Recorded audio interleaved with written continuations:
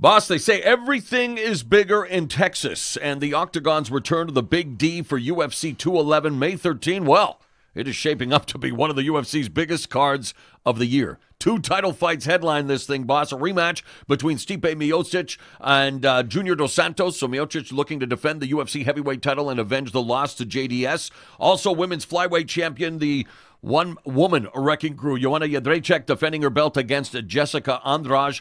But over the past few days, boss, they have added to the depth of this card and some mouth-watering matchups. We are talking about former UFC lightweight champion Eddie Alvarez taking on the streaking Dustin Poirier in what should be a tremendous lightweight matchup. Alvarez losing the title to Conor McGregor in his last outing at UFC 205 in November. But Poirier, he is, it's unbelievable the rebound he did, because his last loss was against Conor McGregor, and he's now 5-1 since he moved up a weight class, with the lone loss of that move being against Michael Johnson, a first-round knockout. So will the real Dustin Poirier please stand up, because he looks amazing until he faces the real top level, right, boss? And I think it's a mental thing, maybe. I don't know. I think now he looked really good in his last fight. I actually, an Instagram picture that he sent a little video of an what was it, a spider against the wall who was bouncing on music. Well, they added the music later on. It was yesterday on Instagram. No, he's a great fighter. I think if his head is straight, I think this guy can beat anybody. I think he could be a champion even.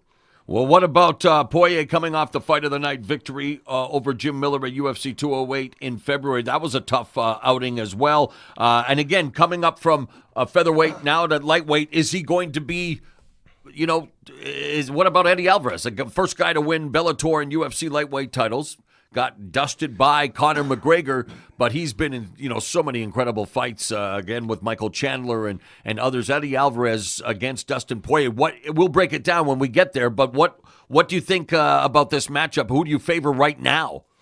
That's a hard one, but Alvarez is always dangerous. But if Alvarez fights like he did last time, just comes with short hooks, then Poirier is going to pick him apart with straight punches and movement. So he has to watch out for that. Alvarez, his last fight, it was almost like he, it was a mental block or something. Maybe overthought it. Yeah, he shouldn't have done that. You don't want to do against somebody who's so accurate with straight punches. You don't want to start throwing hooks. It's overanalysis leads to paralysis. But we have more. Hey. But wait, there's more. The lineup for the show in Dallas, a new featherweight fight to talk about. Former lightweight champion, ex-featherweight title challenger Frankie Edgar. He's the latest to try to stop the express known as Yair Rodriguez, who is on 10-1, 6-0 though in the UFC. And we saw Rodriguez, as expected, destroy BJ Penn. Now he takes on the guy that BJ Penn, lost to for the title, the series of fights that he had with Frankie Edgar. BJ Penn, really, those were the fights that launched Frankie Edgar's name into the upper stratosphere, taking out a legend like BJ Penn. But now Yair Rodriguez, dude, he's got all the momentum. Frankie Edgar was picked apart by Jose Aldo when, again, we're talking Jose Aldo, one of the pound-for-pound best, but it seems like we're talking about guys going maybe in different directions. I know, the thing is with Frankie Edgar and Yair Rodriguez is can Yair fight? I know he fought 5 rounds against Caceres already, but a guy like Frankie Edgar keeps on pushing. This guy's never been stopped, Frankie, ever. So I don't think Yair will stop him as well. And if Frankie constantly comes forward, uses his incredible stamina, and see if he can get him tired, start neck wrestling, start putting lactic acid in those muscles, constantly resting, put lactic acid in the core, because that will pump the lungs backwards, that push the lungs backwards, you make the fighter get tired faster. And maybe, if Rodriguez never been in that situation, that could be a problem. But right now, he looks like he's unstoppable. But, never go against Frankie. That's no, and you know what? And I want to clarify. It almost made me, when I said going in different directions, for the storyline, narrative part, because Edgar has won 6 of his past 7. The only loss was against Aldo. But it just seems like Yair Rodriguez is this guy who, has everything going for him right now. Stylistically, again, we'll break it down when we get to there. But he has wins over, not the level of competition, obviously, that Frankie Edgar has faced, but he's made those wins memorable. Remember the flying head kick knockout of Andre Fili at UFC 197, and he has made a lot of money in his last 3 fights because his past 3 wins have been fight night bonus winners. So again, building ahead of steam. We'll get more from Frankie Edgar Rodriguez, which again joins Dustin Poirier, Eddie Alvarez, the 2 title fights. But wait. There's more. There is more. It does not stop. A guy you know from World Series of Fighting, a former 2-division WSOF champion, Dave Branch, returns to the UFC where he is 2-2, making his return after more than 6 years away. He'll take on fellow middleweight Krzysztof Jotko, who was 6-1 in the UFC, at the card in Dallas. What do you like about Dave Branch at this stage of his career? What impressed you most during his run in World Series of Fighting where he became a 2-division champion? A long time ago, because I started with the World Series of Fighting, so I know him for a long time, and he told me that he was always in a shell. He said, I don't let it fly. What I'm going to do from now on, boss, I'm just going to let it fly. So it's this one, let me see, his first 3 fights in the World Series of Fighting, he didn't really let it fly. And at the moment he said it to me, suddenly the next show wins by submission. The next one he wins by knockout. The next one by submission again. And next one is submission again. So he really made himself a complete different fighter by just starting to take a little bit of risk. And look what he did. Now he's got 2-division champion. He's undefeated in his last 11 fights, I think. I can't even count here. It's a whole bunch of fights. Yeah, like 10, I think. So he's doing great, and for him to go back now, I think that was perfect for him to do. I hate to see him go because I always liked him as a fighter, but also as a person. He's a really nice guy. So I wanted to see him at the World Series of Fighting. When I would do commentating there, but unfortunately for me, he's gone now. But I think he's going to do good. Although his opponent is a really tough guy. Won 5 straight fights since suffering the lone loss of his career, which was a submission against Magnus Siedenblad nearly 3 years ago. But since then, he's picked up decision wins over a variety of opponents, including Talis Latis in November. Last June, he knocked out Tamden McCrory in just 59 seconds to win a Performance of the Night bonus at UFC Fight Night 89. So not an easy return by any stretch for David Branch against Krzysztof Jotko, which is going down at UFC 211. But wait.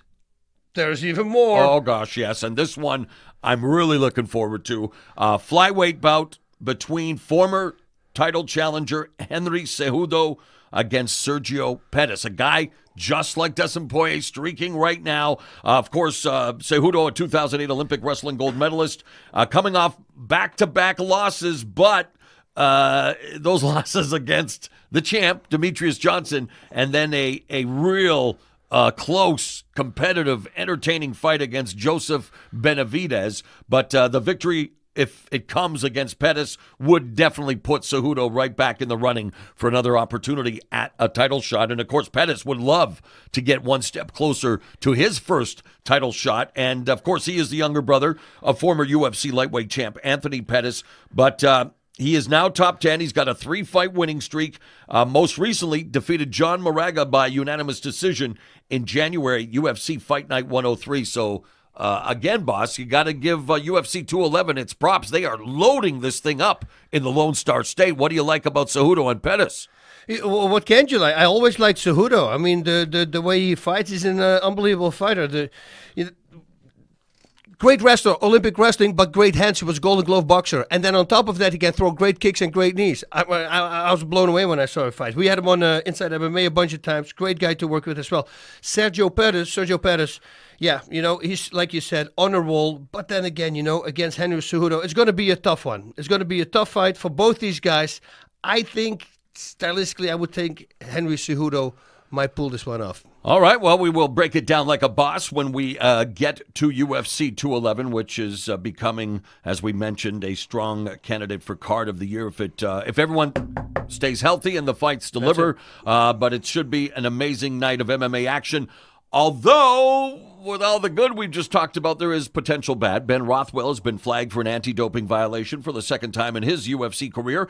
UFC announced that the U.S. anti-doping agency, USADA, its anti-doping partner, notified the veteran heavyweight of a potential anti-doping violation which stems from an out-of-competition test on February 6th. Rothwell is supposed to face Fabricio Verdum which is another terrific heheavyweight fight at UFC 211. 211. Yep. But again, now it says unknown fighter now. Yeah, see, because Rothwell faces, USADA has already imposed a temporary suspension on him, and as they do all fighters with pending anti-doping cases, Rothwell faces a longer disciplinary suspension depending on the anti-doping violation alleged. Rothwell first ran afoul of the regulators back in 2013. He was suspended for 9 months by the UFC, which overrode his home state's athletic commission when he failed a post-fight drug test following a victory over Brandon Vera at UFC 164. Ben Rothwell told MMA Junkie that he, wait to cast judgment on him until all the facts come out. He says he's under care of a doctor, but we'll wait and see. But as of right now, Ben Rothwell not fighting Fabricio Verdum